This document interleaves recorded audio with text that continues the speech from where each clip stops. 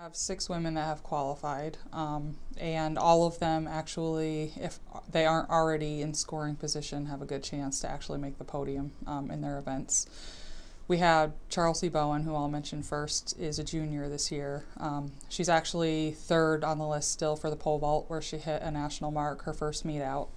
Unfortunately, Chelsea broke her foot, so she's unable to compete at the conference meet, but I still definitely wanted to mention her because she was having a great season and is still, like I said, 3rd in the conference with that mark still. So the other 5 women that we have qualified are in a pretty good position as well. We have Kirsten Anderson, who's going to be running tonight for the 10K, and she's actually seeded 13th in the event, but she's just 40 seconds out from the podium, so which may sound like a lot, but for a 10K, that 40-second spread out, it'll be interesting to see what she does. She's been running pretty well. We have Allison McCurry, who's qualified and going to be competing in the steeplechase, and Allison is seated 12th right now, but she's only 9 seconds out from 8th place for the podium, so we're excited to see what she does there. We have Rachel Hohenwater, who's a senior for us, who's just had an outstanding season from indoor through outdoor. She will be competing in the shot put and the hammer and has already gotten lifetime personal bests this outdoor season for both events. So we're excited to see what she does. She did well at the indoor meet and really progressed there, so it'll be interesting to see what she does at the outdoor meet. We have Jenny Bellafleur, who's going to be competing in the 100 and the 200. She seeded 12th and 13th in those events, but for the 100 she's 0.2 of a second out from scoring and 0.5 of a second out in the 200. So you never know what's going to happen there, so hopefully she'll make finals and be able to make the podium as well. And then we have Kenzie Jones, of course, who's going to be running the 1500, and she's running the 5K. And Kenzie's just done an outstanding job, had a huge PR in the 5K at the Penn Relays. So she's going to be running both of those events, and she's actually seated 6th in the 5K. So it'll be exciting to see how all of them do. It's always a shock, I think, the first time that you go. We compete against a wide array of competition throughout the season.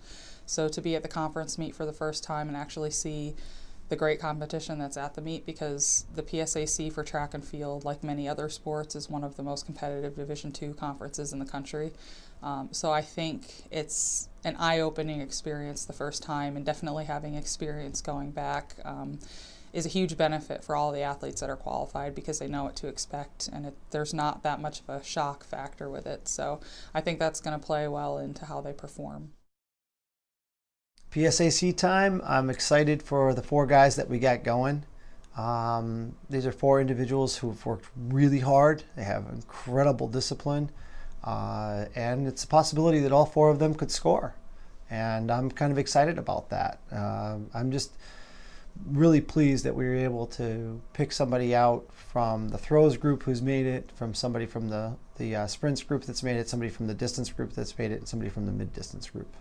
And I'm really proud of the coaches, Coach Fazzino, Coach McInich have done a great job with their 2 guys. We couldn't do the job without them. Achenbach, Tim has done a great job with Achenbach, and that kid is he's just a tank.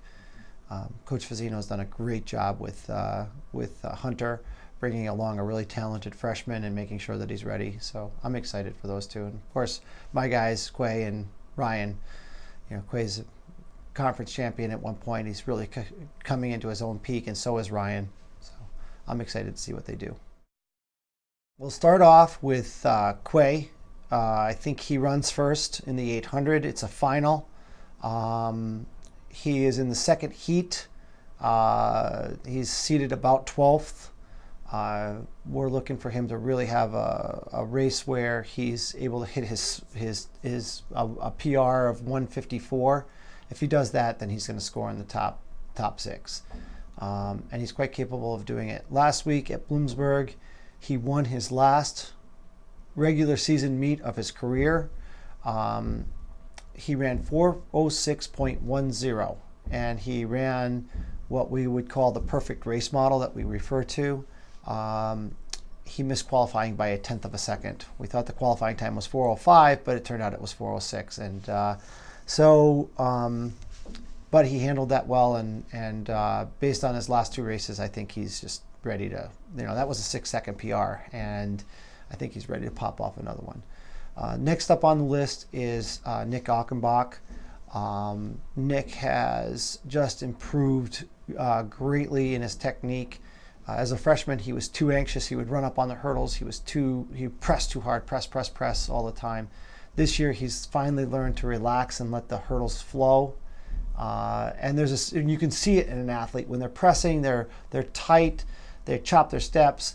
But Coach Makinich has really taught him how to flow over those hurdles and not be so anxious and not be so tense. And it really showed up at Cortland 2 weeks ago when he ran 54.5 for the school record. It's the first school record we've had in a couple of years on the track, and it's one of the first school records that have been broken that was by somebody other than myself coaching them in terms of the men. And so I was really excited to see that. Now I think he's going to break the school record again. Weather, depending on Bloomsburg, we're looking at some pretty horrible weather coming up. And then the next on day one is Ryan Clifford, and Ryan's he just had an incredible breakthrough race 2 weeks ago at Cortland. PR'd 15:23. He then came back this week at Bloomsburg and PR'd again at the 1500. So PR'd at the longer distance, PR'd at the shorter distance. We're looking at a PR for the 3K, and I think he can score as well. And then the next day on Saturday, hopefully Nick comes back for the final. But Hunter throws. He's used to throwing on grass runways. He's used to throwing in crappy weather. I think he's got the resiliency and the mental toughness to possibly win the whole thing, if not definitely be all conference. And then later in the day, Ryan will come back in the 5K and he'll do that double. And that'll be a race for points. I don't know if he'll get a personal best out of it, but he'll definitely be racing for points. So it's very optimistic as far as what we're doing.